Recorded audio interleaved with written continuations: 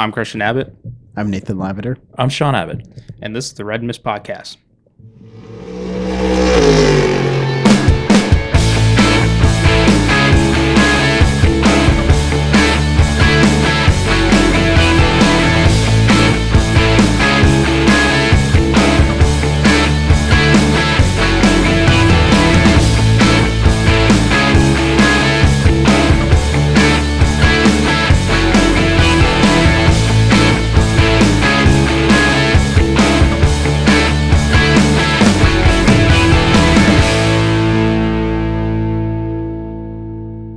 Hello, welcome to the Red Mist Podcast, Season 2, Episode 27. The 1982 Ferrari 126C2 of Gilles Villeneuve.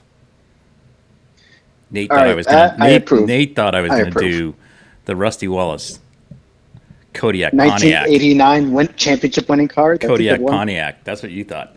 Outside of the sponsor, I think, which was Kodiak Chew, I like, but other than that, no. So it didn't meet the snuff test. Get it? Snuff test. Snuff. Like yeah, tobacco snuff. Anyways. Yeah. All right. On tonight's episode, we will cover NASCAR and the return to Atlanta. Nate, why do they call that the reconfigured Atlanta? It's been reconfigured like 5 times. I know. I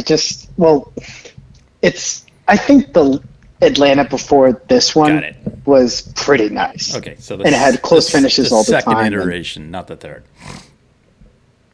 Right? I think so. Okay. Yeah. All right. Also, we will talk about Formula One, the Grand Prix of Britain.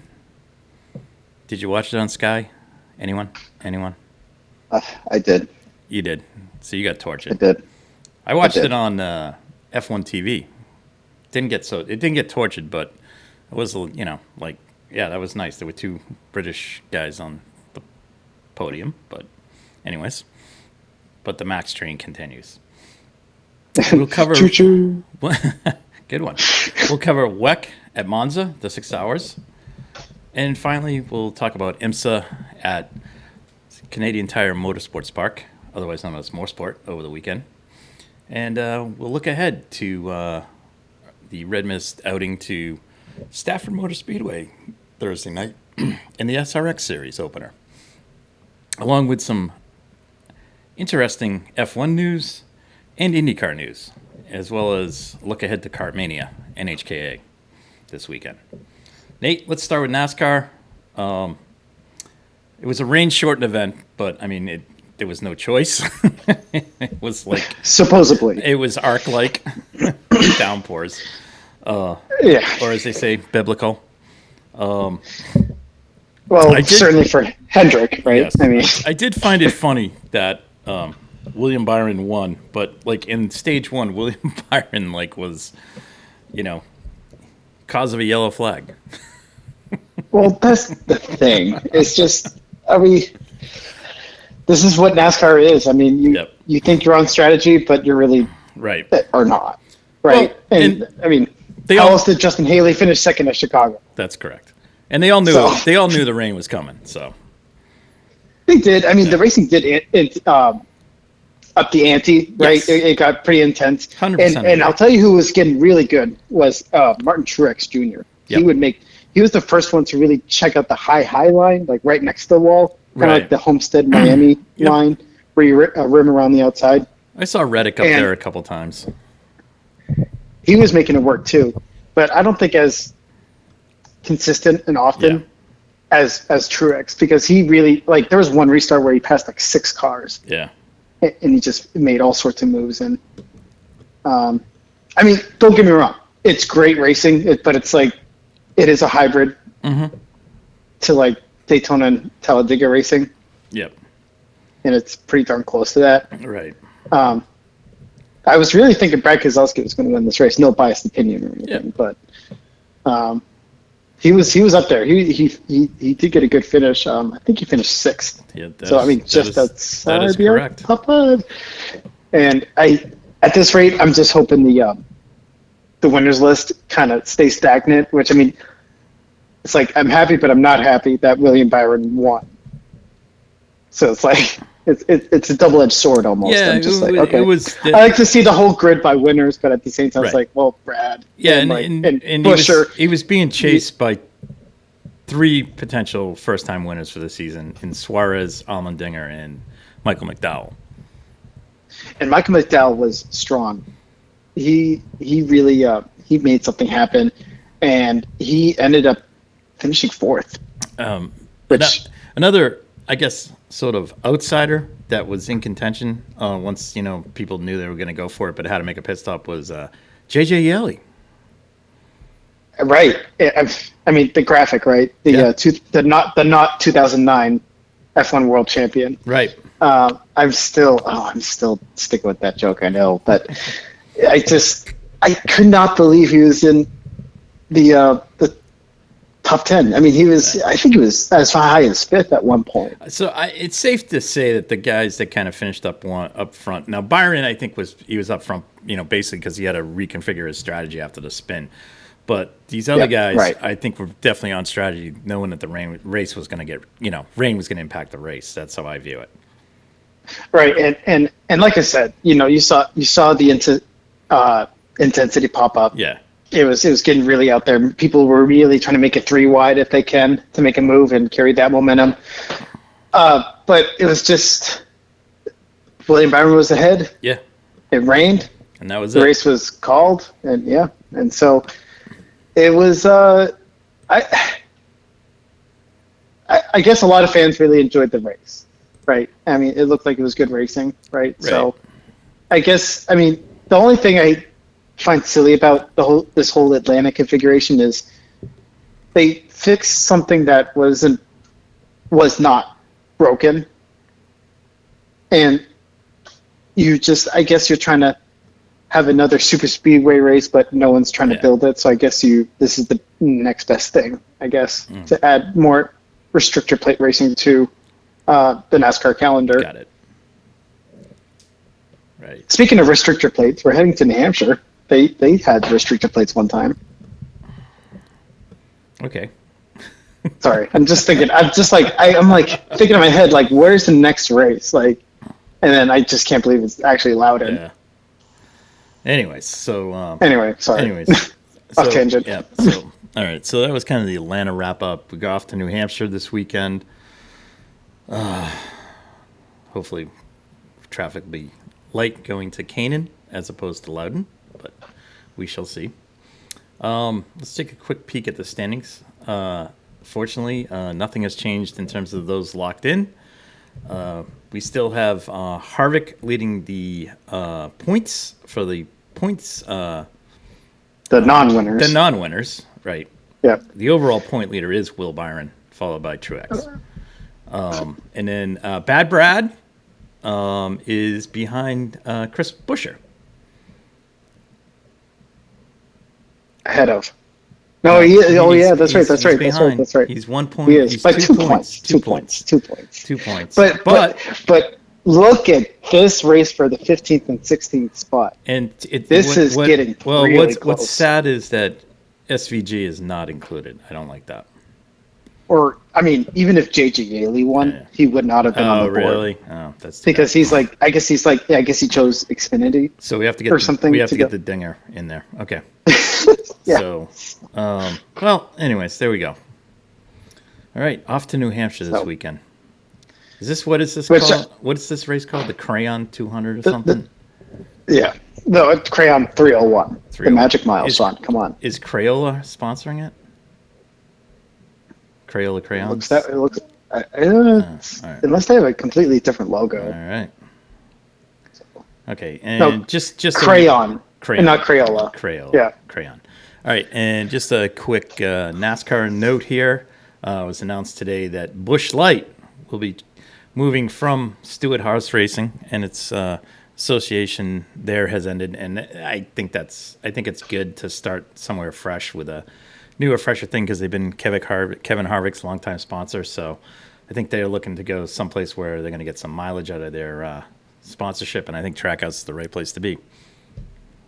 It is, but at the same time, I was thinking it was going to be Josh Berry because, why else would Stewart Haas sign Josh Berry besides his talent, right? You know, I feel like there was a whole package of maybe that was the 4 car that had the Busch Light sponsorship. As they say, Nate, in sponsorship, that's not the case. If he brought the sponsorship, I could see it, but no.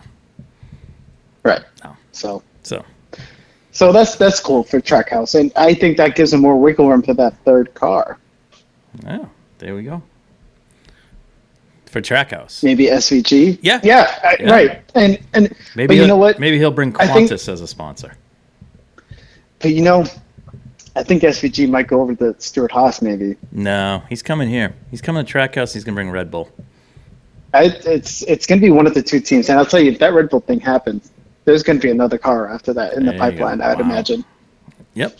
No, I know we talked about this last week, but we had such a great conversation last week about that. All right. Okay, that wraps up NASCAR.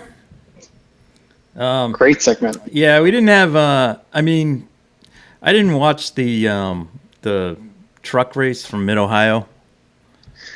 Apparently, it started in the rain. Yeah, but it was just that I didn't. Oh, and it was. I mean, the results. Did you hear what happened in the ARCA race? Yeah, I like to stay away from that. Fair enough. Yeah, because that was just trash. Trash driving. Yeah. Trash driving by a pay driver. So, anyways, yeah. So long story short, and he took 2 cars out. So, anyways, all right. So let's move on to Formula One, and we'll welcome Christian into the program. Hi, Christian Abbott. Hi, welcome back. Yes. I'm back. Welcome back. He took a sabbatical last week. Yep. Well.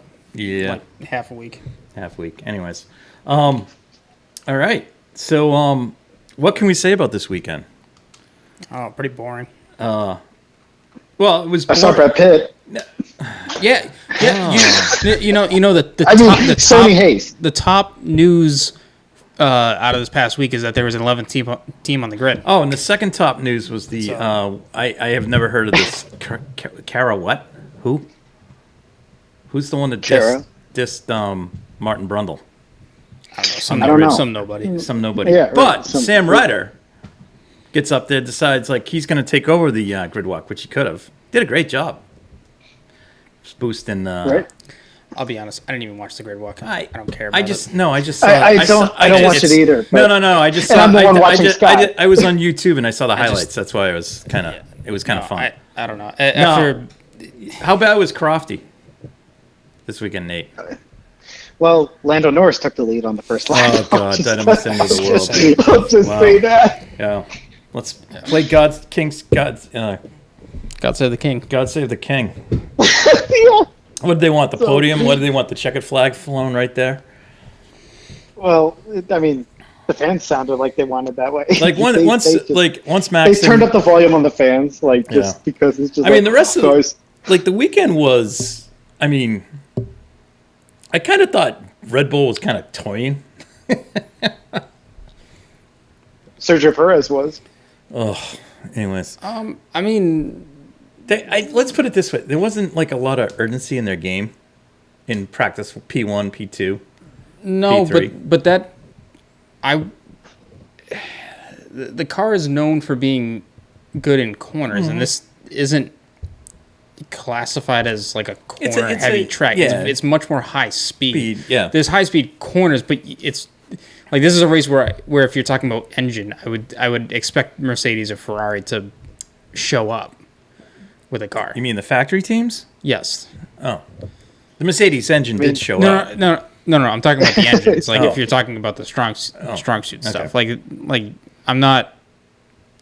This weekend actually gave me a bit more hope of what can Williams do when they go to Monza. Oh, fair point. Because that's already a strong track for them, fair and point. You're showing up with a track now. Yeah. With that kind of a package, that's what's more intriguing to me. And I'd even add McLaren to the list because I mean it was really a shock weekend all in all that they were even like that close to the front. I think the two shocks this weekend obviously was the speed of Albon and Williams in practice and Sargent. I wouldn't even discredit Sargent. Yeah, he had a good I guess as well. I guess the speed of both Williams and McLaren. Qualifying, look, this is what happens when it rains. Yeah. Which is great. I love it. Yeah. So I thought that was great.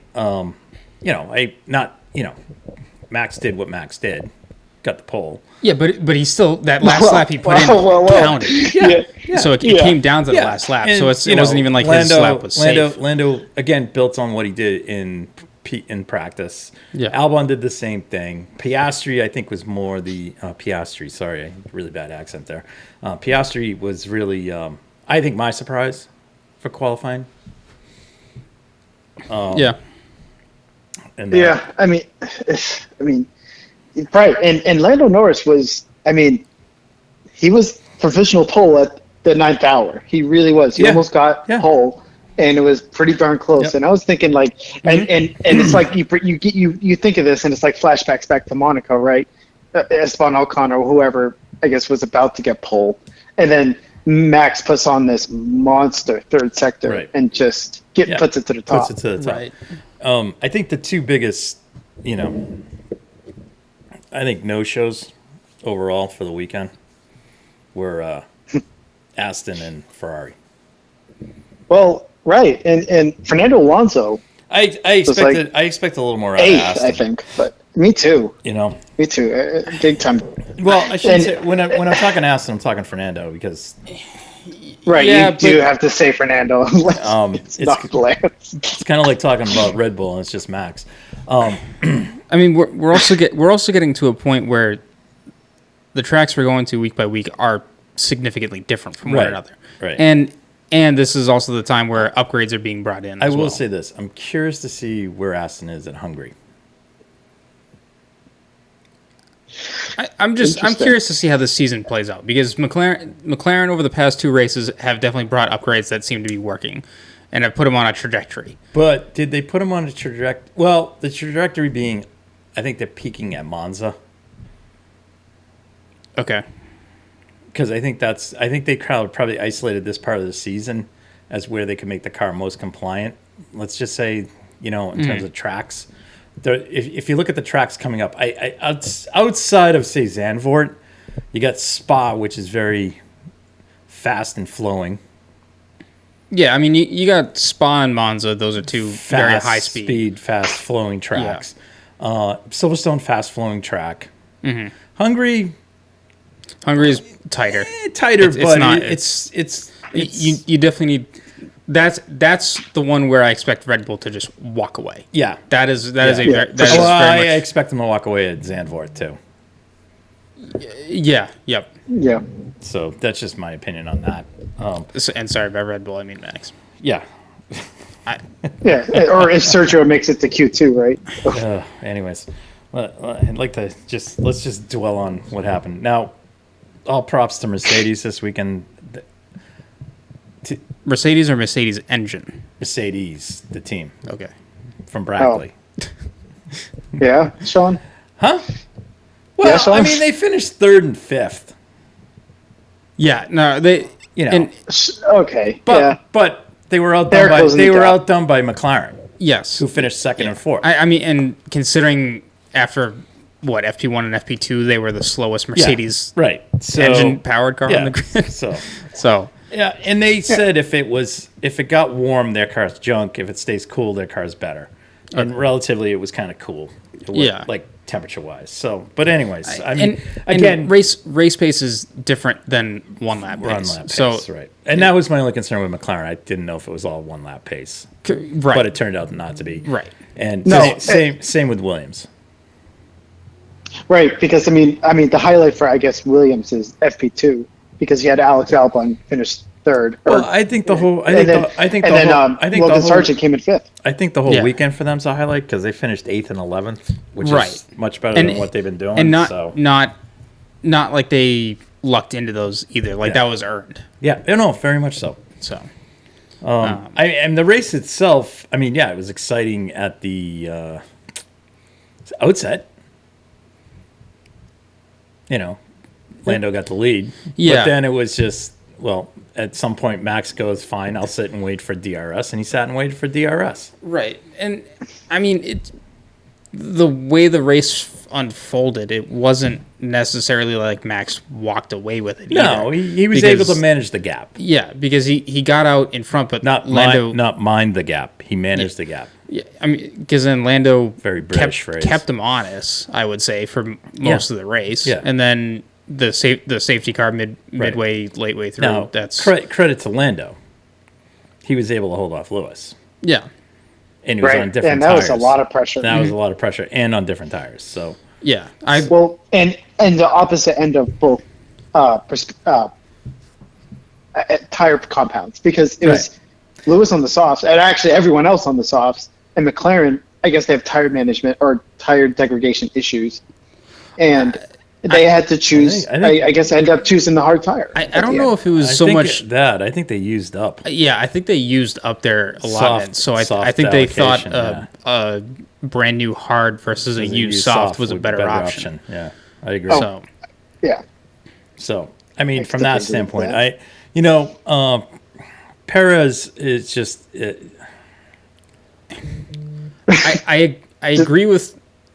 There was a statement from Horner where Perez just needs to figure out qualifying, because it's not like he's nowhere in the race. It's just he's self-inflicting by giving himself a bad start. So he's already behind Verstappen. So there's just no shot in hell that he's gonna challenge him for the race win at all. Correct. So if he figures out qualifying, and he doesn't have to get second, but he's got to be within the top 5 to make it interesting.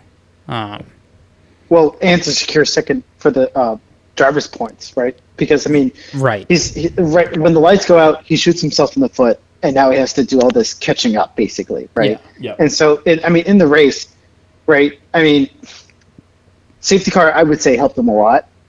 Mm-hmm. Because then, I mean, I think he was just at the top 10, or maybe like just finished overtaking Logan Sargent.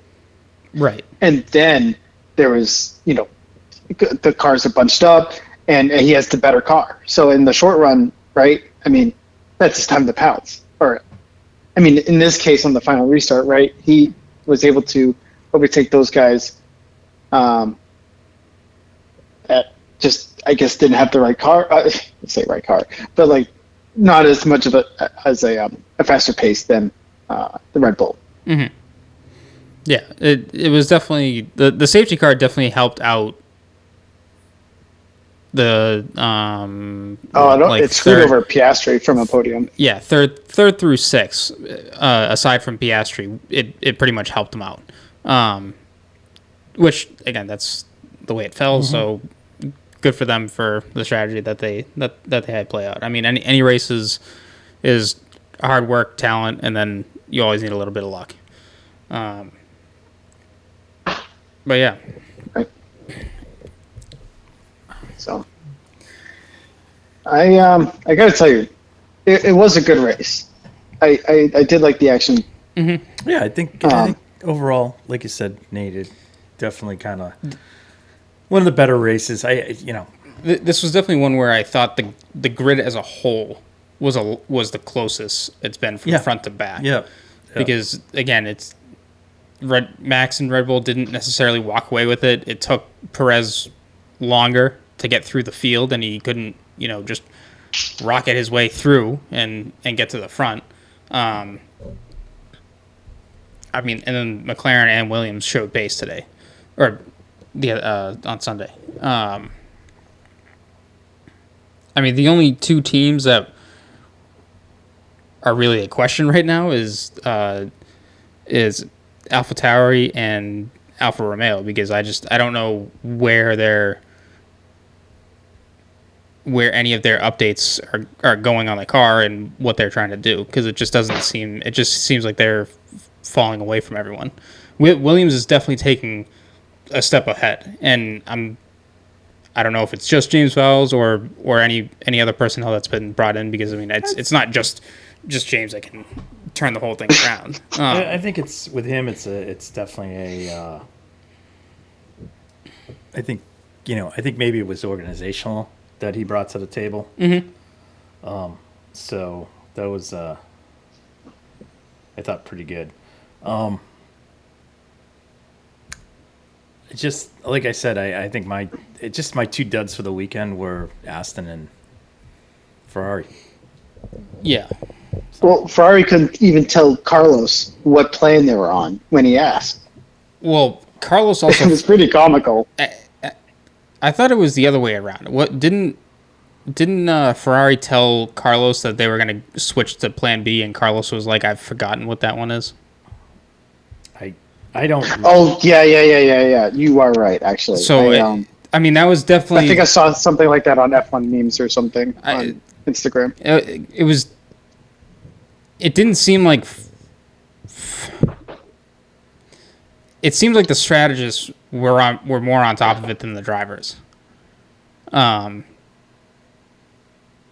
it was kind of uncharacteristic to see Sainz have that mental slip, but I guess things happen. Yeah. Actually, I will say the one thing that did shock me as well was some of the first couple radio transmissions that they had of between Lando and his engineer. It seemed like Lando didn't realize he was like in a race win. Yeah. Because it just didn't. It as the race went on, you could see by some of the messages of how they were communicating, of how he kind of started to realize, like, all right, like this is we're on for it. Like I need to focus up. Yeah. If I do think if he can't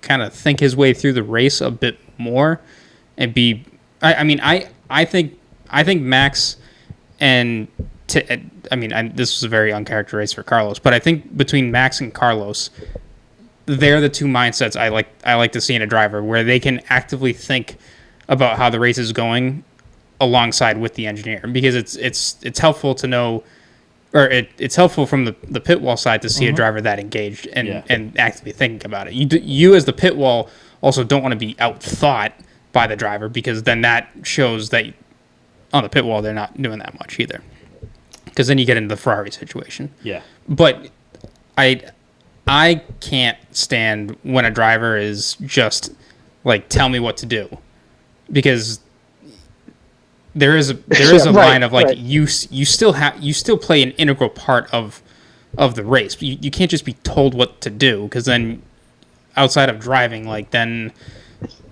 someone else is setting the car up for you. Like that's where I think the better drivers are able to have that additional skill set to make them, to elevate them to that next step. Right. There's direct feedback. Yeah, absolutely. I agree 100%.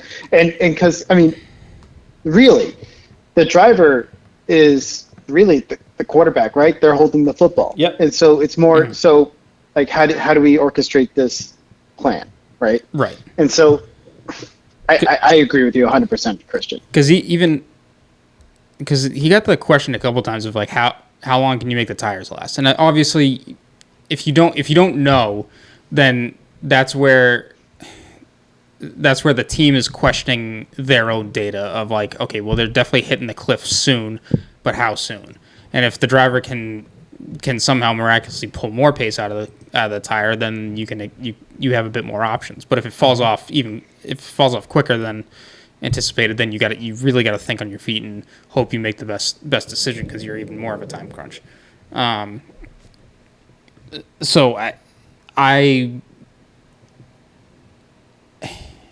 that's those messages with Lando there. I would have liked to see him be able to at least give him a number or a rough estimation of like how close he can hold pace to it, other than just like, I don't know, unless they've somehow made up some code where, you know, like, oh, my tires are gone, and it's like you blitz it for 2 more laps and then come into the pits. Like, that's how much pace you know that's in the tires. Right. And I mean, it all goes back to what data you have, right? Notes. And I mean, you know, make the best calculated strategy, right, based on we have before you. Yeah. I will say too, I'm also, from a viewership standpoint, it's nice to have the radio messages, but I love it. I can also see the other end of this argument of like, because there's sometimes where like I don't really want to hear the drivers talk in all the radio messages, because the other thing is like all the messages are broadcast to not only all the fans but especially all the teams. So now whatever you talk about is not secretive anymore. It's all public information, and every team can then spy, quote unquote, spy on one another, because you're able to listen into what everyone's saying. So I mean, and there's been plenty of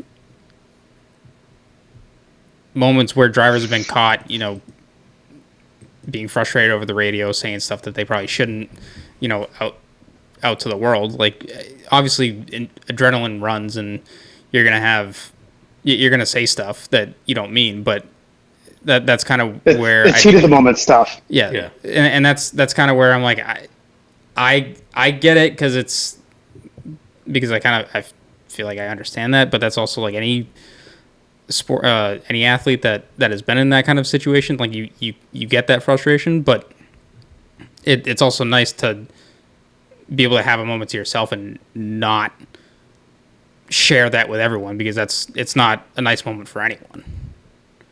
So right, because I mean it's high pressure, and you're trying to make the best decision, and it's like you're on like a focus high. Yeah. And then if something goes wrong or unexpected, you're just like, well, what? Because right. Because the other thing too is then that can be the talking point for the next week, and it's like that's all you hear is like, oh, well, like, do you really mean it? Do you really mean it? Because or at any of the following races, like that's what the drivers get questioned about all the time, or even immediately after the race when they're talking to them about whatever they said on the radio, and it's like, it's sometimes those messages aren't meant for the public, like they're just meant for the driver and their team. Like that's it. So. Right, to really get the message across. Yeah, but I also understand that this opinion is probably not the one that's popular and sells either to attract more fans, because it is interesting to have more information on the car and be more immersed in it as a fan. So I get why it's there. Don't necessarily agree with it, but it is what it is. So taking a move. All right. So that moves us. I don't even know if we need to go through the points. Max is just. No, we do, because. Well, we do. Yes, we do. All right. Because I think, has Lewis overtaken Alonso for third in the championship? You know what? I didn't even think of that. Or is he? No, because like the battle for second I is apologize. like it's a hot button. No, not yet. Not yet. Not yet. Okay. Well. Not yet. Fernando's right there at second. No, but Fernando. No. Fernando's in third. Yeah, but Fernando lost ground. Yeah, he's at he's Silverstone. Because he finished eighth. He's 19 behind Perez. He's 16 in front of Lewis. Okay. It's still kind of close. Carlos has kind of close. Carlos is still one ahead of Russell, followed by Leclerc. And then it's a huge drop-off. Although Norris now is 2 behind Stroll. I was just going to make that point. Yeah, so that he's got a chance to overtake him there, which is cool. On the constructor side of the fence, Red Bull in a romp. Mercedes has leapfrogged Aston Martin. Still Aston ahead of Ferrari by 24 points. McLaren is about 102 behind...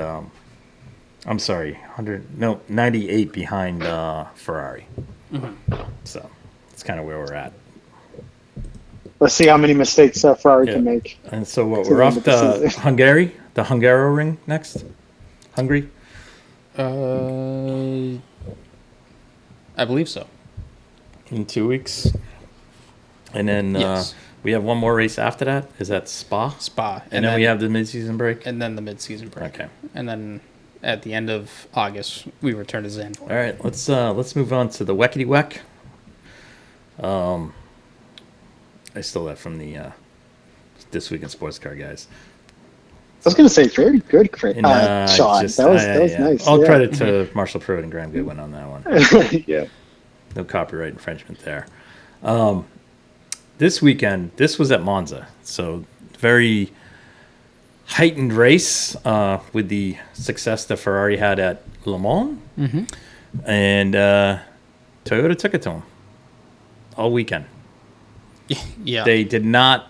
I mean, Ferrari was quick in sessions, but Toyota did not let them get away, and kind of out-strategized them a bit. The one thing I do find odd is Toyota's able to go a lap. So at least in this race. Well, go ahead, finish the point. No, go ahead. So sorry. Again, it's a BOP class, so it'll get figured out. But Toyota, with their energy consumption, yes, when you look at that graph, they're able. It's virtual energy tank, so it's cool. the fuel tank. I like it. They're able to go one lap longer. So if the race goes green the whole time, then you save 6 hours, probably 10 minutes, 3 minutes a lap, 8-10 laps. Yeah, you're saving. Yeah, so you save that much amount of time, and then when you get to the last pit stop, it's that much less fuel in the car. Yeah. So right off the bat, Toyota's got an advantage. Yeah. Obviously, I would. But is that due to the fact that they've been doing this longer? Whereas next year they're going to have more data. The WEC will have more data and can look at this over the winter. Yeah, I mean, it's obviously on WEC to make sure that the BOP is correct. Right. Because that. Is it WEC or is it FIA? Whoever's doing it. Just throwing it out there. No, I think WEC because IMSA does their own. Yeah. So. I was going to say, does NASCAR do the BOP there? You can't. So. There was an adjustment before the race to kind of tweak the Ferraris back, which Ferrari got all PO'd about. Yeah. And obviously, they got PO'd about it because it's like now that they're in their backyard. The BOP is has been released for the last 2 races as well. Yeah. So it's the way it goes. I mean, it is what it is, and I'm gonna just take it back to the GTE class where every time they make an adjustment, it looks like the Corvette gets whacked, and somehow they figure out how to work around it. Oh yeah, no, I'm not. I'm just saying that I'm not saying teams can't do it. I'm just saying that these teams need to be able to do that. Yes, and it's probably because Ferrari doesn't have enough data yet to work around it. Right now, our third place finisher, which was Peugeot. Yes. This race here marked the 1-year anniversary. Yes. Okay, and they got a podium. Mm-hmm. And honestly, that car was not out of contention for a win.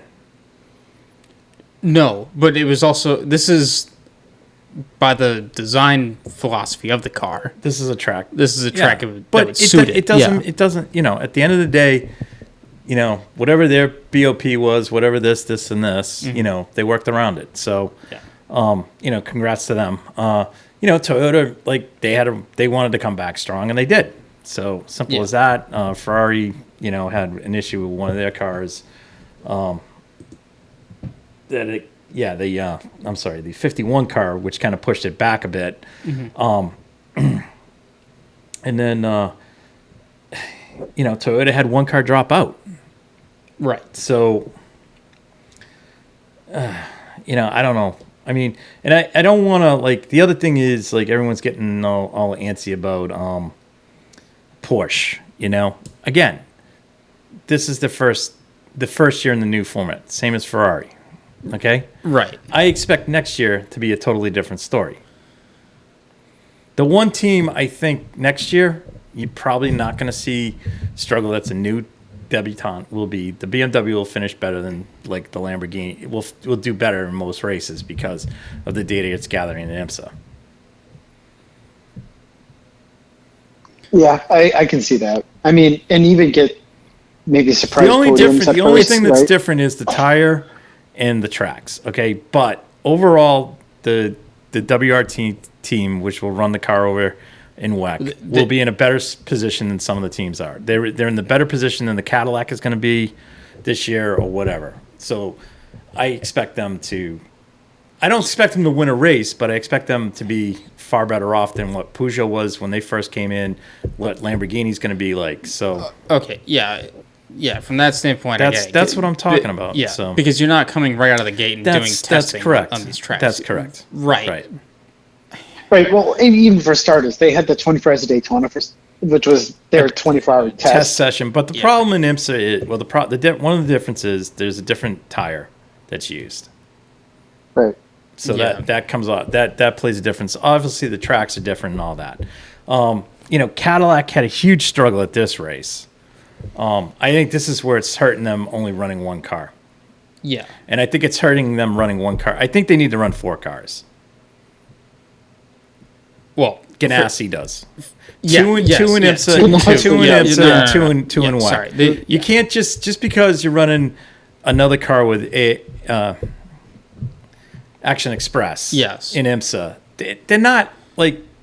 Yeah, they'll share data, but they're not going to share all the data with each other because they want to win. Right. Because but go ahead. There is, because by that same point, it's like you have Acura, it's Meyer Shank, and they're not sharing the data. They're definitely they're sharing some stuff. Yeah, but it's not. Clearly, like we know what happened at Daytona. They were, right. Whatever that was going on with the shank and the tire pressure. Yeah. But on the flip side, in Porsche, everybody's in the same boat. They're running 2 factory cars here, 2 factory cars there. They're running 1 customer car, and they were running 1 customer car over there. Now they're running 2 customer cars in WEC. We'll now move it up to 2 customer cars in IMSA after Road America. So I expect Porsche by the end of the year to kind of. I think next year they come out of the gate much stronger. That's just my opinion. I think within Porsche factory teams, I think you might see some driver changes. Yeah, and there's too much of a GT influence with these guys. And I don't mean, you can sit there and go, huh, but there's well, the question is, who do you replace it with? Because the old group of prototype pros have now retired and moved on. There are guys. So you have to fill with someone. Yeah, but there are prototype guys in LMP2 who are understand prototype racing versus GT racing. GT racing is basically door banging. Okay, it's like NASCAR. All right. The reason you're not seeing it so much in WEC right now, there's no factory teams in the GTE class. Okay, all the factory stuff's gone. So all that Porsche, Ferrari, Porsche, Corvette, like you don't see it anymore. In IMSA, it's not GTLM anymore. It's GTD, Pro, and there's not the only factory car in there. In all honesty, is the Corvette. The WeatherTech Mercedes could be the only other factory team I would say in there. I don't really consider FAF being a factory team. They just have factory drivers in it, but they're not on the par. Whoa. They're not on the par with Corvette rate. They're not on a par with Pratt Miller. The personnel behind. Yeah, the Pratt Miller. They're not on par. WeatherTech is really, I think it's Proton that's running that BMW, the Mercedes. So that's totally different. Okay, FAF is it's a sports car team. It's like Paul Miller Racing. It's they hire the best guys they can get and stuff like that. So be curious, but I think Penske. I just think the GT guys aren't really prototype drivers. No, and I mean you're definitely seeing the difference between the prototype drivers in the other cars versus what Porsche has. Case in point, and we can get to it when we get to IMSA. The JDC car finished in front of the 2 Penske cars. Yeah. Okay. Now the one big difference in that team is Mike Rockefeller and the time he spent with Audi. Right. Okay. A long time of driving prototypes. So he can give the feedback to the engineers. And, I mean, obviously this kid they got is quick. Mm-hmm. I just don't think the guys in the Penske car, I don't think those guys are really that good. I don't think Jaminet's a good prototype driver. Campbell's not a prototype driver. I like Nick Tandy won Le Mans. I get it. Might be the only one in there. I just not 100% sold on these guys. Yeah, no, I'm also not necessarily sold on the Porsche yet either. Right. Well, it's development. Yeah. It's like the Peugeot. Right. So I mean, but are these guys capable of giving feedback? Yeah. That say Rockenfeller's giving different feedback. Mm-hmm. Like there could be guys on the Jodacar that the feedback that's coming out of them is much more. The Jodacar's competitive. I mean, this kind of gets back to just any driver in general, because even the one, I will say this, the one car in WEC right now that it was the new entrant this weekend was the Proton 963. Yeah. That car, which has Isn't that Dane Cameron? No. Hold on a second. I'm trying to find it. I apologize. It's got Ticknell, Bruni, and great. Yanni. Okay. Ticknell, actually very good. That's LMP2 driver. Yeah. Neil Yanni, long time. Yeah. LMP1 Porsche driver, all that. Bruni's factory guy. He's bounced around between Ferrari and Porsche. On the GT side, he's fast, but again, I'm not. Again, he's not a historically categorized as a prototype driver. No, but you're trying to pick from a pool of drivers that have driven prototypes. Yeah. And I'm always hesitant to grab the open wheel guys. Because it's the not open wheel guys or the prototype. I'm talking prototype. I'm talking guys that are in. Ticknell was in LMP2. No, I know. That's what I'm talking about. I'm not talking about. I don't care a guy coming from Formula 2, Formula 3 that's in this. I'm talking guys that have driven prototype cars. Okay. Right, but Bruni, the list of guys that are in the Porsches are more GT based guys, correct? Right. Outside of Dane Cameron, and probably outside of Nick Tandy. Okay. Everyone else is all GT-based guys. A GT driver may not translate to be a good prototype driver.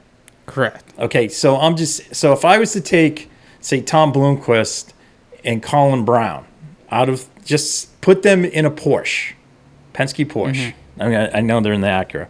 I'm just saying, when you take them out of that car, put them in the Porsche, let them get the same time, give them the same amount of races that they get, I guarantee you they'd be beating those guys. Same with Ricky Taylor and same with right, but those guys are historically. But they've always had downforce cars. Right. Well, but why is Porsche insisting on putting GT guys in these cars? Because what pool of drivers are you grabbing from that aren't already taken up in these other? But series? why didn't they go after Colin Brown? He was a free agent at the end of the season. I'm just saying. I get it. I just think they're to me on the Porsche side of the fence. I think their driver selection criteria was almost Helmut Marko-ish. They were just like, okay, this is the guy. This is the guy. It's like they didn't look outside the box. No, they're very much within the camp. But if you go outside of the camp, then you get into what Alpine and Renault have with their driver academy, where they never pick a younger guy and you just completely throw it out the window. If you go back to Porsche GT race and they had their hybrid cars, there were two drivers I think we both would admit that should have been given a shot in those cars, and that was Bergmeister and Long, and they weren't. In the prototypes? In the prototypes. You tell me why they weren't included. Bergmeister, because he's too tall. You sure about that? Are you 100% sure about that? Who's taller or at his height? Well, I'm just saying, are you 100% certain that he couldn't fit in the car? No, I'm not. I'm just. That's what I'm saying. It's a limiting factor. If it was a height thing, yeah. That's a concern. Dane Cameron's pretty tall. I'll height check him. But Patrick Long didn't get in the car. Patrick 6 Long feet. didn't, but both of them at the time. Long was driving at Wright Motorsport. It doesn't matter. They were factory drivers. This is what I'm saying. They're factory drivers. So every one of these guys that Penske's got in these cars right now, the majority of them came out of the same thing that Long and Bergmeister are doing with GT guys. I'm just saying that they don't typically translate.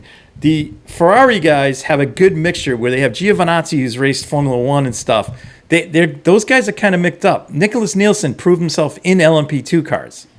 They weren't afraid to take guys. I don't understand. James Collado. Yeah. Well, Collado was more. Yeah, he was a Formula car guy and a GT guy. So, but I think he's more versatile than what some of these guys that are coming out of the Porsche factory camp are. That's just my opinion. Yep. And I think that's part of the problem, because I don't think they're given the feedback they might be given might not be what the Porsche guys need. That's why I'm saying, like, I think Penske's going to start looking at stuff. Right? Like, how do you? I'll tell you. I mean, how do you miss Colin Brown? Like, I really understand your point, because he was in Prototype Challenge. And everyone knew twos, I think. Right, but everyone knew John Bennett wasn't going to be running, so he was free agent. Yeah. And Shank took him, so. No, was like, all right. Yeah, I mean, it's like looking at, did you bother to inquire about Ricky Taylor? I mean, he had been in the Penske camp before. But Sean, there is a lot of drivers. Like, I mean, think about how, like, the Mazda program, right? The Jota program. No, just hear me out for a second. So, Harry Tinknell, right, and Tom Lawn, right? I mean, those are other drivers. But Harry Tinknell cut his. Jorg Bergmeister is 5 inches taller than Tom Blomqvist. Is he 5 inches taller than Dane Cameron? We're cutting here. No. I'm sorry. Anyways, I'm just saying. How high are you, Sean? But 5'11" and shrinking. Yeah. Okay. No, but I'm just saying, like, Tinknell, he was with Jota in their LMP2 days. Shorter than Tom Blomqvist. Is he shorter than? He's 5'9". All right. Okay, so maybe Jorg is out. I don't know. Stuck fit in a 962, and he's pretty tall. Don't look that up. No. I'm just. Or Boris said, if you want. Boris said's tall. Yeah, well, Stuck's tall too.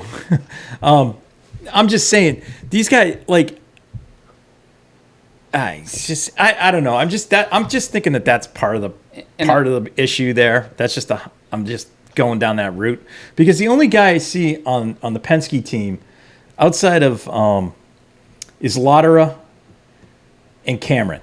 Okay, everybody else is a GT driver. Michael Christensen, GT driver. Frank McAvicky, GT driver. Kevin Estre, GT driver. Lorenz Fantorn, GT driver.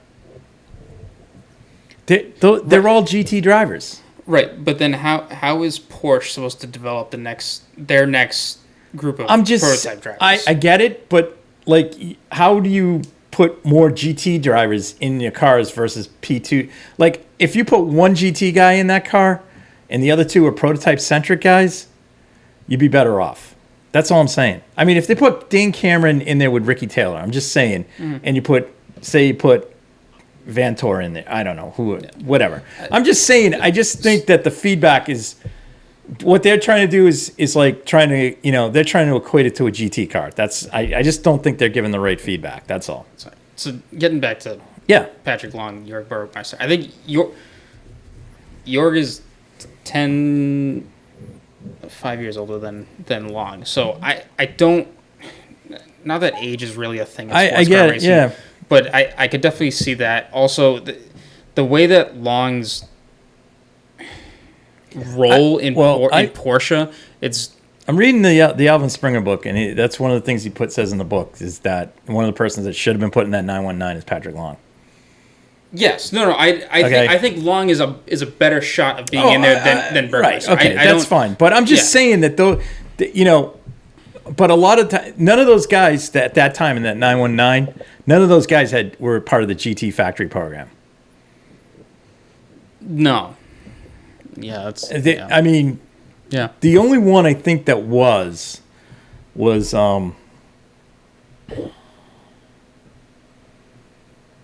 I forget his name. He was doing he was the engineer guy. Was it Bernhard? No, not Timo. All those, see, like, some of those guys all came from the Audi camp. Yeah. Yeah. Because that's, yeah. Oh, what's his name? I can see him and I can't. Anyways, it doesn't matter. I'll probably remember by the end of the show. It doesn't matter. But I think he was a GT guy, but he can't. He was. Anyways, so. Oh, Mark Lieb. Sorry. Oh yeah. Okay. But I'm just saying, that's just my thing. I just don't know if these guys are the right mix. That's all. And same thing goes on in the States. Who knows? We'll see. Yeah. But, anyways. I mean, there's going to be another if it's true with when we get to IMSA. But anyways, so before we leave WEC, congrats to Corvette. Yeah. Wrapping the title up with 2 races to go. Congrats to Ben Keating, Nico Verone, and my driver of the year, Nicky Katzberg. So finish 4th. That's all that mattered. Right. So I think they really played this race. If they could get the win, they were going to get it. Otherwise, they're going to get the take 4th. So I think that was the goal. So congrats to them. All right, and the WEC is off to Fuji. Ooh, but not until September. That's a fun track. Yeah, that'll be a fun race. That's a great track. Hopefully the weather cooperates because it's the rainy season over there then. But hopefully that'll be fun. All right, let's move on to IMSA. Whoop, whoop. Mosport. Canadian Tire Motorsports Park. Or as they properly say. I should have been saying that. Canada Tire Motorsports Park. Canadian Tire Motorsports Park. Christian's been there. I have. Race on the go-kart track. Pretty exciting, right, Nate? Oh, yeah. I've yet to go to a Canadian track, but it is on the list. Yeah, I'd definitely like to get up to Mosport for an IMSA race. I think that would be cool. Yeah. Right? And then watching them flow into turn 1 or at the uphill, downhill. How big is Mosport? It's 3 miles. Okay, so it's twice the size of Lime Rock, but it feels like it feels that size though. It's similar to Watkins Glen, but you know what makes it feel that way? It's very narrow. Yes, yeah. So this I love this race. This I will say this: Shank they took the gamble, they rolled the dice, and it came up on top with Blomqvist and Colin Brown on a brilliant fuel strategy run. So they were able to cover off the other Acura, and once again BMW, woo woo, 3rd. Yeah, another podium. Just playing to their strengths. So clear ahead, and they were clear of the 3 Porsches. But of the Porsches, the JDC car was the leading Porsche. Again, just that's the thing right now with the new 963s is that the customer teams seem to be beating the factory teams. So that's why I think there's going to be some driver shakeups coming. Cadillac, rough day. Oof. The wheeling car was the best, finishing 7th, and then Bourdais did his style. Oh, he got impersonations. Oof. I mean, that was rough. He got pushed. But he had not even a nose. Yeah, up there. I don't know. It's just they're just trying to make. They're trying to make up. They're trying to get results, and it's tough when you got one car. Yeah, no, you're not falling back on a team car, right? Right. So,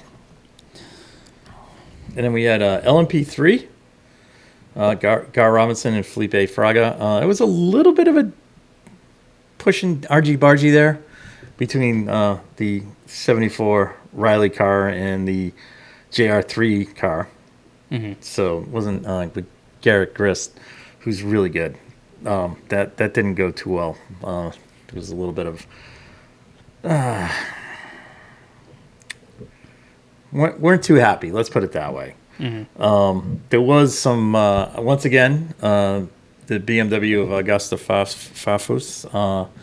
Once again, right in the middle of some just dumb driving. And both on the track under green and under the yellow. In the green situation, they basically punted the Aston Martin off the track heavily into the tire barrier, and then on the preceding yellow flag laps, came upon the safety cars in a rather unsafe fashion, locked it up, and almost creamed the safety cars, Montoya style, on NASCAR. So I don't know what's going on in that car. Gotta wonder what's going on there. Same 2 drivers. Same as at Watkins Glen. In GTD Pro, we had Corvette Racing with the win. Any thoughts there? Solid weekend. First win. Feel the enthusiasm. Ended their drought. I mean, it's hard in a field of 5 to get kind of excited about GTD Pro. It's true. And like you said, it's like there's 2 true factory teams, right? And considering that I guess the Lexus, I was selling them short. Okay, yeah. But, well, all right, but, and then sure. And, I mean, but faster. And I mean, more so this. I mean, if you're looking at this weekend solely, like they had to do an engine swap before the race, so they had to start from the pits. That was in the AM car. Oh, that was the AM car. The pro car was quick, and then it got into a match with the one of the pro Astons and suffered radiator damage. Yeah, so that's what took them out of the league. Right. I mean, Mosport is a track of survival. Yes, it is. It's high risk, high reward. Yes, yeah, that's or high reward, high risk. You know. Yeah. GTD AM or GTD. Congrats to Paul Miller Racing. Yeah. Don't know what was going on with Turner this weekend. Must have been the Watkins Glen hangover. Probably. I don't know. Just that was a tough weekend for them. That's about it. I just, thought the prototype race was good, and I thought the LMP3 race was good. The GTD race was good, but there was just too much. There were a lot of little incidents in that kind of took guys out. Yeah. So that was a little tough. Yeah. I mean, obviously, big one for Corvette, and I mean, it's been a first tough win in 13 months. Yeah, it's been a tough road for them in GT3. GT3, right. But I think it's also with the GT3 class, and then even more so with the GTPs and hypercars, you're definitely in a state of trying to get the BOP right. The one thing that is hard in a series where you're trying to balance everything is some of the manufacturers bringing in new cars or new updated cars like every other year. So I mean, it's not like you have the same car for the next 5 years and everyone starts at the same starting line. It's like, no, like someone will start this year, and then in 2 years one of your other competitors will bring an updated car, but you won't bring another update until 4 years later. So it's hard to get a good gauge when no one's really being consistent. Whereas there was a time in GT2 in American Le Mans series, 10 years ago, where I think they got the BOP pretty damn close, because more often than not, every race didn't really matter which manufacturer was battling for the win. They were always super close, and qualifying was always within like a quarter of a second of each other. Yep. It was really fun to watch that kind of racing. And I know BOP is like tough to say like who's got the best car, because it's really dependent on who gets hit more with what penalty or power reduction or increase, depending on how they feel. I'm very much against BOP changing every race. I think they should just set it at one point, and then you get to a part way in the season. Yeah. Or say like the halfway mark, change it, and then like the only other time you would change it is for the last race of the season. Agree. Because because then at that point, if you're changing it every other race, then you can make the argument that you're manipulating it to have a different manufacturer win the race. So then everyone's happy. It kind of takes some of the fun out of it on that end, but it doesn't. It's not to say that just because you get the benefit of the BOP guarantees you the win, because there is still the whole multi-class style of racing that you have to survive. I mean, Mosport, you put a foot wrong, your race is over in a second. But yeah, so I mean, I think I don't really know how long it would take the GT3 class to kind of figure it out, but I think more so with the GTP and the hypercars, I think give it 2 years from when all the other manufacturers that say that they're going to enter, between Alpine, Sada Frashini, and Lamborghini. Once they're in, and then everyone has 2 years worth of running, more or less, I think you're going to find the field to be a lot closer, because you'll have a lot more data available to accurately put together the BOP. So that's obviously the hope, but someone's going to make the right call too with it. All right. So let's wrap up IMSA there. Next race is for the GTD cars at Lime Rock, along with the VP Challenge cars, and then also the Michelin Pilot Touring Car, TCR cars. That's it. No GS. Very uninspiring weekend coming up. There are going to be some LMP3 cars there in the VP Challenge, but again, it's just not. I mean, they've brought it's 3 groups. Yeah, but they brought the VP cars in the cover for the Pilot Series, Grand Sport cars, yeah. which is like, just bring the Grand Sport cars. I mean, seriously. Yeah. I mean, it's fine if you want to have Michelin Pilot, VP Challenge, and GTD there. That's a weekend, because the VP Challenge race is 2 races. One would be Friday, one would be Saturday. Yeah. The Michelin Pilot race is going to be, it's like 13 cars. Yeah, and TCR. Oh my gosh. TCR, yeah, it's brutal. So, hopefully there'll be. How long is that race? It's 2.25. Whatever it was at Detroit, it's 2 hours. Just TCR. Yeah, That's brutal. yeah, it's brutal. If they had if they had 2 45-minute sprint races, Yes. that would be better. Yes, I agree with that. Because TCR cars in a sprint race, much better. Yeah. But it's going to be tough. So that's 2 weeks there, and then the whole field will reconvene at Road America, and that includes, I think, Lamborghini and Porsche as well. Possibly Mazda too. I think that's kind of These are the support series. Yeah, the support series, which again, easily could put the Mazdas at Lime Rock. Would be a great race. Yep. Don't get it. Yep. Bring back the Lambos. Let's talk the news. Biggest news being Tom Blomqvist. Tom Blomqvist is going to be substituting for Simone Pagenaud this weekend, who's still recovering from concussion-like symptoms from the barrel roll at Mid-Ohio. So I think, again, discretion is better part of the issue here.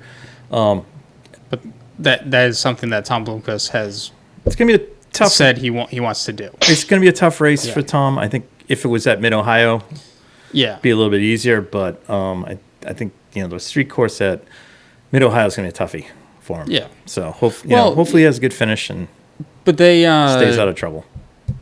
I mean, it's not like he's not run a street course. No. Before. So I mean, But- they did Long Beach. It don't get me wrong. It's not one of the. I mean, Detroit. in the sense of the old Belle Isle track. Right. But I'm just saying, anyways. So, so we'll see Still all right. Right? We'll see. He'll make it to the finish. We'll see. Yeah. We'll see. That would be the goal. Yeah, if he can finish the race, that's a good start. Yeah. Right. So, and that's this weekend. So we'll get. Want to just quickly do who's your pick to click for IndyCar? Just the winner. I No dark horse because it's a street track. I don't. Yeah. Okay. All right. So winner, I think Dixon takes it. Okay. Nate. Palou. It's going to be Alex Palou. Okay. If he can, what is it, 4 or 5 in a row? That'd be sick. Yeah. I'm gonna go Will Power. All right. Very good picks. Oh, he is ripping lately. So. Nate, outside of you picking him today, Palou is one guy we've kind of omitted. Not talked about. I'm just because we're always all right, who's gonna win? But it's easy to get sucked into the Pato Award thing. But now I'm kind of had enough of Pato Award. Yeah, No, I mean, but look, I'm not. Listen, IndyCar's not a series where someone wins 3 races in a row. That's the It thing. just flat out doesn't happen. Right. Yeah. Right. I would have said coming out of Indianapolis, I would have picked J-New. Yeah. You know, and he's had a hangover ever since. If I had to pick a dark horse, it would be Janu this weekend. Yeah. There you go. For sure. Yeah. But anyways, so Sean, I thought you were going to pick Graham Rahal. no. I was shocked as everyone else that he started on the front row last week. All right. So let's get to the biggest elephant. Well, after last week's elephant. Oh, that Audi's cutting their GT3 Oh, customer? yeah. Audi, Oh. Audi's ending its factory GT program and canned all their drivers. So, Yeah. Jesus. So it's already been, news has already What broke. is going on with that company? Toto wants his money back. I think some of it is with the F1 decision, Which which baffles me. Yeah. With some of the other stuff that I know. manufacturers doing. The bread and butter was prototype and GT racing. Yeah. Now they want to go play in Formula One, and it's just like, ugh. Yeah. Anyways, all right. Yeah, that kind of sucks for everybody involved in that program. So no, you can still run an Audi GT3 car, but no factory support. there's no factory support. So you have to buy continuing parts. in next Yeah, year. yeah. Yeah. So you have to buy No it factory and drivers. maintain everything. You got to Yeah. pay for drivers. Blah Yes. blah blah. Yeah. So, anyways, all right. Let's get to it. So wait, hang on. I'm glad we have Christian on now because last week. Hang on, really quick. I know Sean's probably like rolling his eyes. They've completely Okay, glazed over. Christian, who do you think are the 2 drivers that are going to be over at Audi when it eventually happens? Just so you know, I picked Carlos Sainz. Yeah. No, Which was not a terrible choice. I think Carlos is a good shout because that gives him an out at Ferrari. Be a team leader too. Right. I because it is Audi, I would imagine that they would want a German driver, but Nate, I don't think it's Vettel.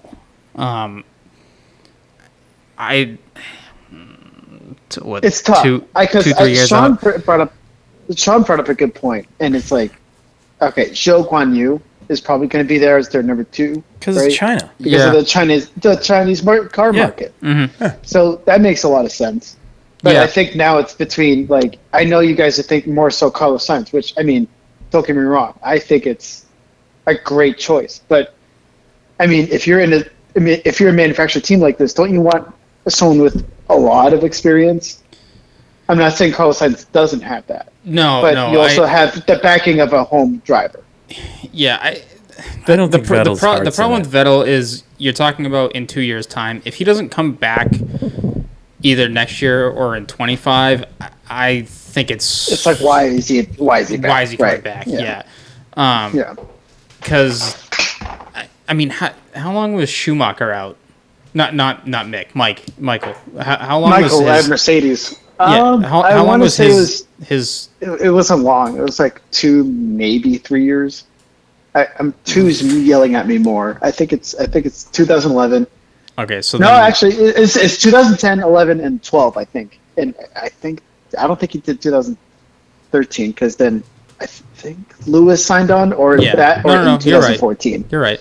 No. He was done after 12. So what? 08 and 09 he was out. No, Yeah, no, so 07. he was out in 07. 07, because Kimi 08, won the 09. title. Yeah, no, he was out 3 years. All right, so maybe Vettel can come back. It's It's I don't. possible. It's I possible. don't see it only I wouldn't say it's impossible. I just don't see it. He's a different cat. He is. Because I he's. get it. Yeah, Yeah. he's just more to himself. So, I mean, at this point, nothing against Hulkenberg, but I just don't see it. It's not happening. No. So, no. I mean, really don't the see only it. other German you got is Mick. Which I think he's staying at Mercedes. Well, for No, actually, yeah. Him staying at Mercedes because he's not switching German branding. Yeah. All right. Let's All right, De Vries is Anyway. out. De Vries is out. Yeah. Yeah. Who? Nick- Oh no! I didn't see this coming, huh? No, But it's and very- I think no, I think there's you I think did it. I'm sorry, Nate. What? Sorry. You didn't. You didn't see this Oh coming? no. I when I saw this coming was when Helmut Marko backtracked on his backing of De Vries and said that Horner said no. Horner didn't, not to say Horner doesn't get the last call. Marko asked his opinion and Horner said no. Yeah. And I think maybe Horner was right. I don't know. I mean, it seems to be proving it out. I was kind of disappointed that Nick didn't adapt to the car quicker. I expected more out of him. Let's put it that way. I would say same, but it's also Red Bull. This isn't uncharacteristic of Red Bull. They do make these kind of cutthroat decisions. Oh yeah. Well, look, Yuki doesn't have a contract for next year. I was gonna say, I'm like, if Nick's at this point on his way out the door, I'm really surprised that Yuki hasn't been shown the door. But the only reason I get it, he's there Honda. Is because of Honda. Yeah. They can initially when they can whack them. Initially when they first brought on Tsunoda, the only reason he was there was because of Honda. Yeah. And he really needs to prove me wrong why he deserves to be there, because looking at his F2 career, there's other drivers I would have selected over him. Exactly. And Nyck De Vries is definitely one of them. Nyck De Vries is definitely one of them. I'm just disappointed that he didn't do what he did. You know what? Now, some people were right. Maybe Nick's downfall was that breakout performance at Monza last year with Williams. It could very well have been, because that was the one that sealed the deal to sign it, Marko to go grab him. Okay, now, Helmut making a rational decision, no. And honestly, I think it's time for the old man to step aside. I hate to say it. Yeah. You know? I mean, because Sean, look at this guy, Formula E champion, F2 champion. No, I get it. I get it. But it's good on paper, right? It's but good on paper. He doesn't put the results in. Right. In the season. Right. Now Marco's like, he's out there trying. He's like Zach Brown. He's like, no, well, maybe I'll go after Palou. Maybe I'll go after Lando. I mean, now the rumors with Lando floating around, that's been going on all season. Yeah. Okay. That there is a potential out in his contract, and I think Zach's trying to close the out, but I don't know. But it's going to cost him money to do it. We're coming up on 24, and the silly season discussion for then really depends on what happens sooner. I mean, any contract can be terminated. Lando has to. So. Well, yeah, but typically they have. Yeah, you can get canned, but then they can hold you to the contract and you don't get a ride. Yeah. So Lando has been floating around, like it's been whispered, like if Lewis doesn't re-sign, that Lando could go there. Right. Okay. So if he has an out for that, that must mean he has an out for Red Bull, McLaren. His contract must have an out for Red Bull, Ferrari, or Mercedes. Mm-hmm. That's typically what it is. Yep. Okay. Max probably has one for Ferrari. Yeah. Okay. Yeah, sure. Everybody does. Yeah. Okay. It wouldn't shock me. So let's say Sainz leaves after this year, or Leclerc leaves. Oh, now Leclerc's like rumored to go to Mercedes. So it wouldn't surprise me. Look, if Lewis ended up at Ferrari, that wouldn't shock me at all. Yeah. Okay. What's not going to shock me is part of the reason they did this was to tell Perez to wake up. Yeah.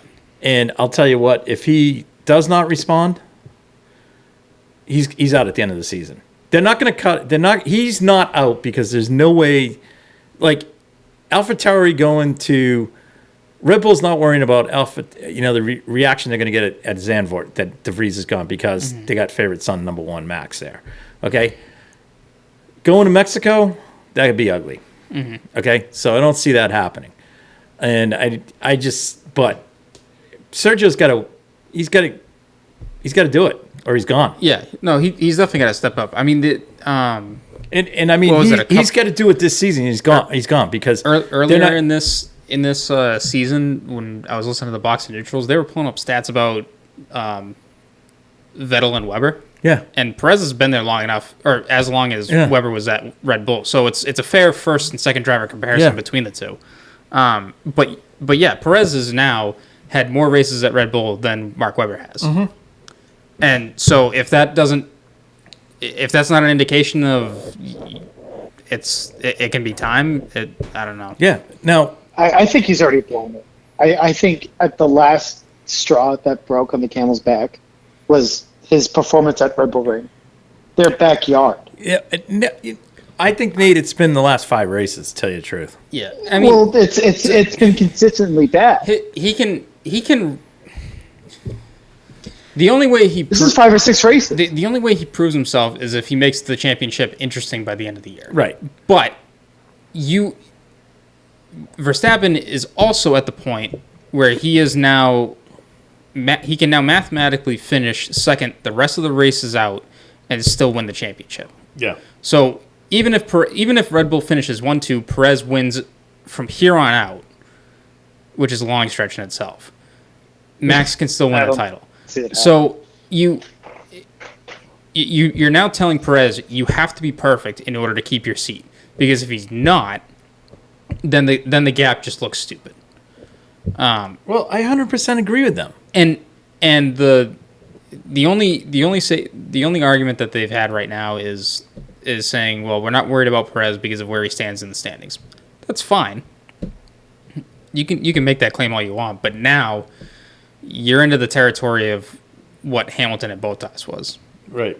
And Bottas, his last year or two at Mercedes, everyone was like, oh, like, get George. I'm like, well, that's fine, but then Mercedes is also sitting there like, do they really want a repeat of Hamilton and Rosberg? Right. Because any time you have a team that has 2 superstars, you're going to get egos put together. Yep. So and it doesn't usually mix well. Right. So that's I am very skeptical of Lando going to Red Bull only because of having Lando and Max in the same team. They are friends off the track, but I think when you're within the same team and you're fighting for a championship, it makes it different. Yeah. And it makes it even harder honestly, when it's a championship winning car. Yeah. So Max and Lando would be a great pairing. How it plays out, I don't know. Yeah. But also, not to say that Max doesn't care, because he obviously can just turn it up a notch whenever he wants to. But he has stated before, like, he's made it to F1, he's won the championship, but how many more does he want to win? Like, does breaking the record and going for 8 like really look appealing, or does he want to go off and do other stuff? Like, there is other things in the racing world to do that he might want to go accomplish. Yeah. Because you don't necessarily have to be the most winning driver in a series to say that you're the best one in the world. Right. So I mean, there's plenty of other disciplines to go to. There's one drawback to this whole Danny Ric replacing De Vries thing. If over the next whatever races, Ricciardo doesn't improve, right, AlphaTauri, honestly, both of them could be gone. Well, so yeah. The other interesting point is AlphaTauri is going. They've already announced they're going to be renaming the team. I know. I'm just saying. I'm not focusing on that. I'm just focusing on the drivers right now. If Danny Ric doesn't improve, I'm not. I can't even. I'm not worrying about that ancillary stuff. I'm just talking the car performance the rest of the season. He's being brought in to get them back into the points, back into the midfield points. Okay, that's what he's being brought in for. They thought De Vries was going to be able to do it. He didn't. They thought Yuki was going to do. If Ricciardo is doing exactly what De Vries did, okay, then Danny's Ric talent's no good. Yuki's not doing anything. So there's going to be an overhaul at AlphaTauri of all the Yeah. drivers. Yeah. Okay, and what I don't want to hear is the Danny Ric fans going, he didn't get a fair shot.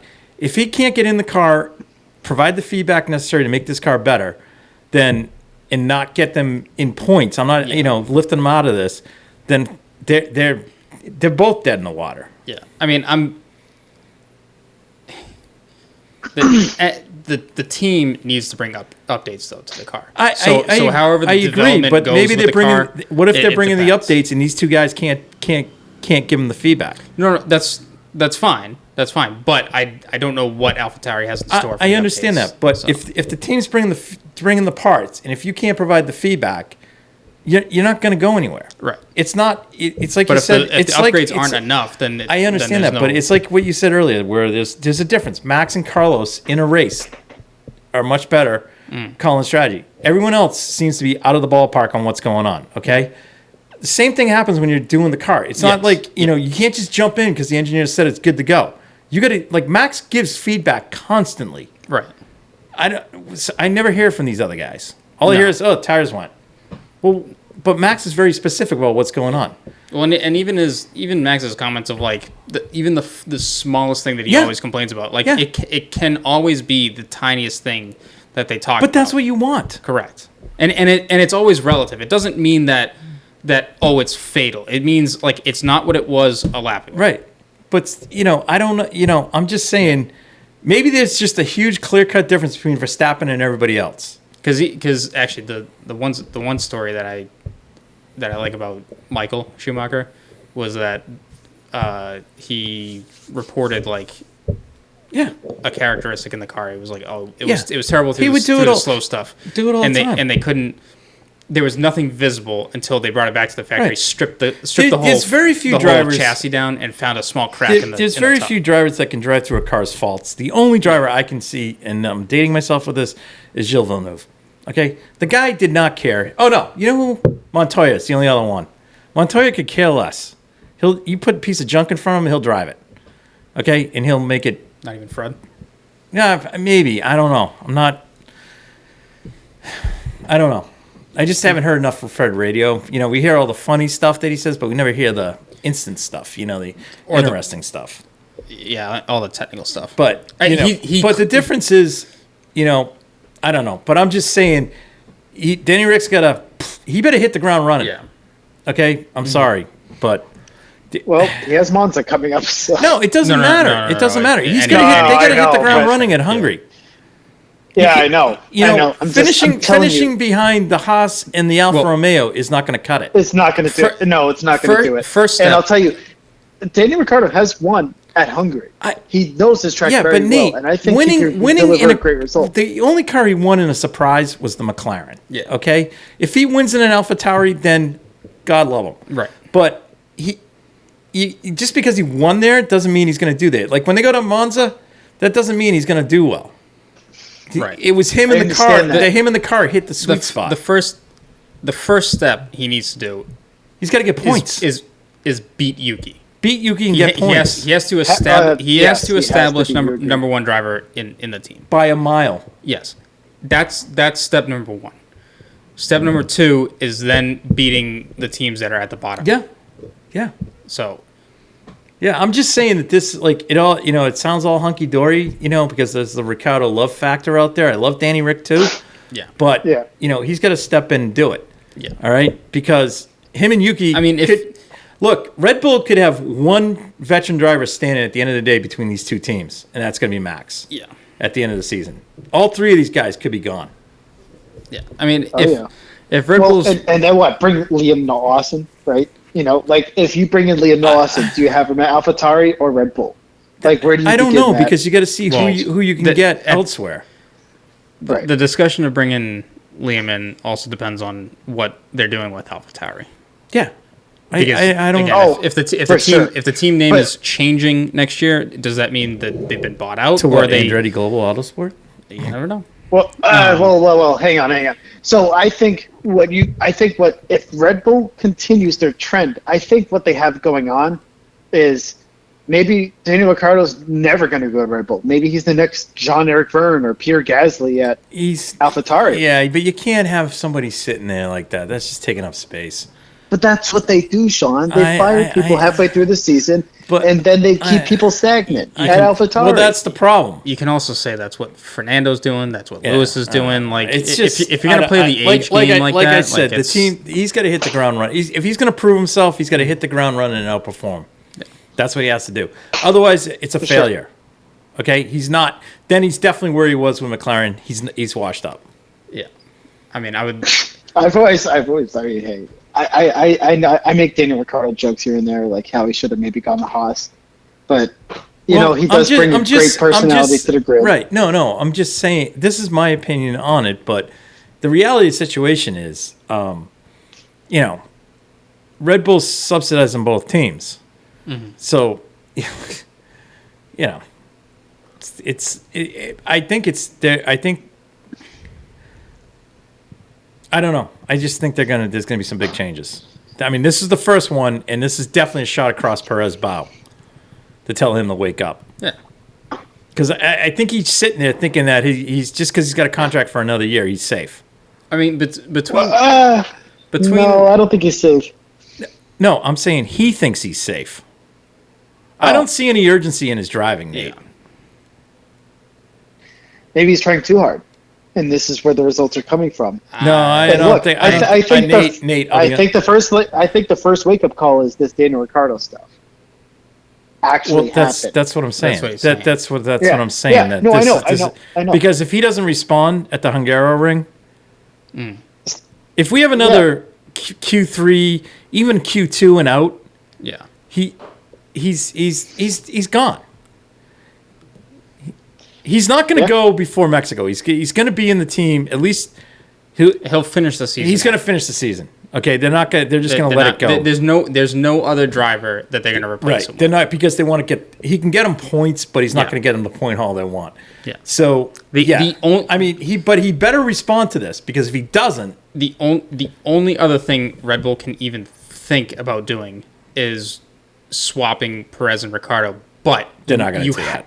Ricciardo would have to absolutely show that he can perform in the other car. Can do it. Yeah. So that's the only way that would happen. No, 100% agree. I don't. If this is just to send a message to Perez, fine, I guess. But this move ultimately doesn't do.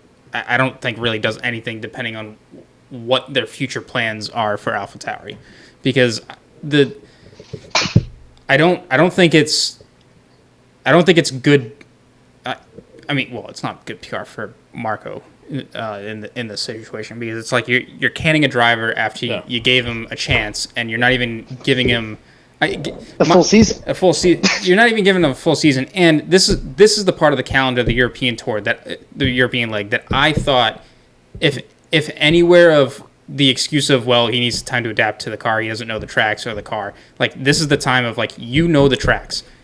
The car should be figured out by now, and you should be up to par. And again, we're not like he's far off. The other thing is we're not privy to the conversations that Marco had with Horner. No. And Horner might see some.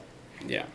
Horner might be saying stuff that he's not good at this, he's not good at that, he's not good at this. Mm-hmm. So, but like I said, this is, clearly a shot across Perez's bow to wake up. It's a cheap way to do it. Okay. It is. It sucks for De Vries, but at the same point for Ricciardo, he's got to step up and step in. So it's like, just don't step in and, finishing ahead of Yuki, fine, but finishing ahead of the other teams and getting points is what they want. Yeah. So to the Danny Ric fans, the love fest out there, you better start looking for that, because if that doesn't happen, it's sayonara at the end of the season. Because after this last weekend, if Piastri hasn't shown his talents, I think he made a pretty good case for it. Yeah. This past weekend. I mean, he only got caught out by the safety car. Yeah. And it wasn't like he was far off of Lando either. So I don't know. So it's going to be interesting. She'll be, it sucks, but it's the way it goes, and it's a business. So, all right. This weekend we got two things real quick. The team here will be heading to Stafford Motor Speedway Thursday night. The Redness 2 days podcast team. That's the team here. That's what I said. The Red Mouse. Yeah. It's implied. Yes. Us, Christian. Us. Yeah. Just clarifying. There will be unfortunately, no podcast from the parking lot. Yeah. No. But we're there for the SRX season opener. Looking forward to that. So we'll have a full debrief on that. My pick to click is Paul Tracy. Oh, I mean, I was going to pick, of course, from the obvious, Brad Keselowski, but I really want to see Kevin Harvick take the win. Okay. I think he's a short track ace. It should be Kevin Harvick. I would like to see Smoke win. I like that. Okay, yeah. And I will say this, congrats to Smoke for appearing at Thursday Night Thunder with the SRX guys and not appearing at Eldora for the $1 million sprint car race that's going on the same night. Yeah. Although, who knows, Smoke could be flying out of there soon after. I don't know. Anyways. Right, because... It's the $1 million race this weekend at Eldora. This week, Thursday at Eldora. But you said he was at Thunder Road? No, he's going to be... No? He's going to be at Stafford.